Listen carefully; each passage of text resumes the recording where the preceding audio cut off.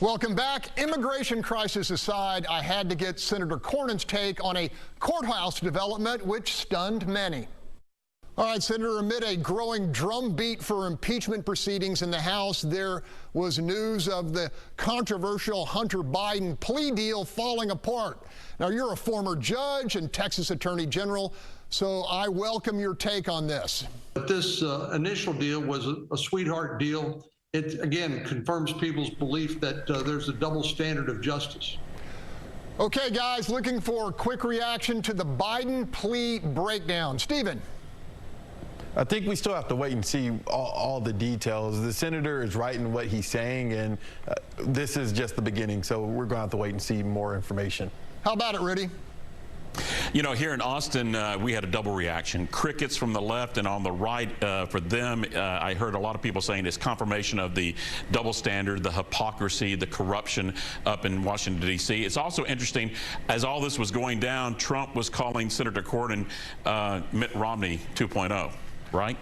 He was. Back to the border, Stephen, there were hopes Senator Cornyn could be a peacemaker, but given what we just heard, that possibility seems remote, and that's putting it lightly. Agree?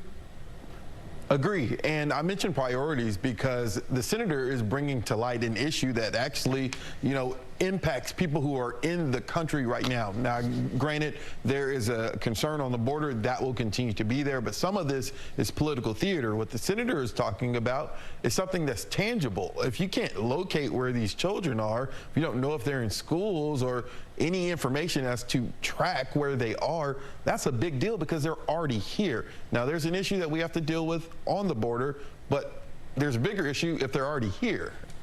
Yeah, that's right, Rudy. We had Democrats in Houston labeling the river barriers death traps.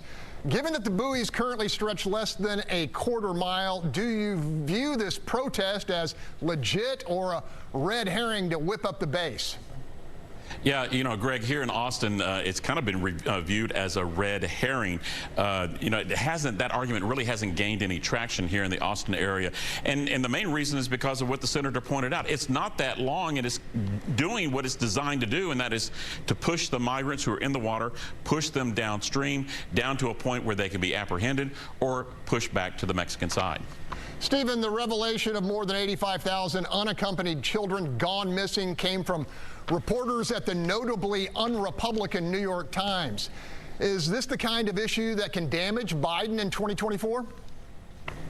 Look, the border is going to damage Biden regardless of what the headline is at that time when people get ready to go to the polls. It's a matter of, will enough voters who care about other things more than the border, you have to keep in mind, Texas, we're a border state. There are people in other states who, yeah, they hear about the border, but it's not a priority for them. So it really boils down to what percentage of voters go to the polls who care about the border as the #1 priority. Rudy, same question. That's a lot of missing kids. Can this hurt Biden in 2024?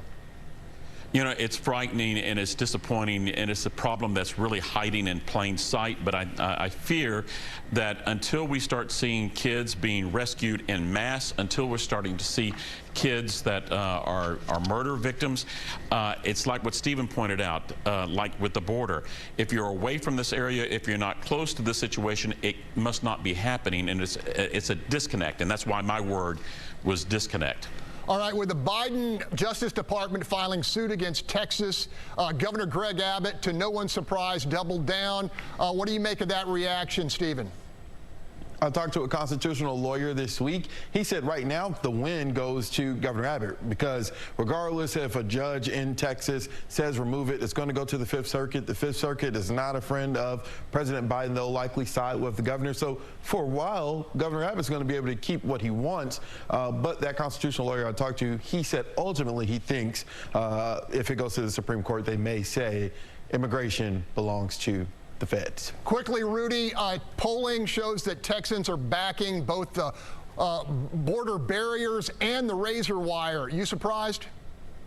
No, people are frustrated. They want to see something being done, and they feel like nothing's being done. I just question, are we focusing too much on illegal immigration and not trying to find a solution? Maybe the solution is with reforming legal immigration. All right, that's all the time we have. To see this interview or others, go to our station YouTube channels. And keep the conversation going on our social media sites. And there's always a lot of hot topics when it comes to politics in Texas. So join us next Sunday for another edition of Texas The Issue Is. And remember to let us know what you think the issue is.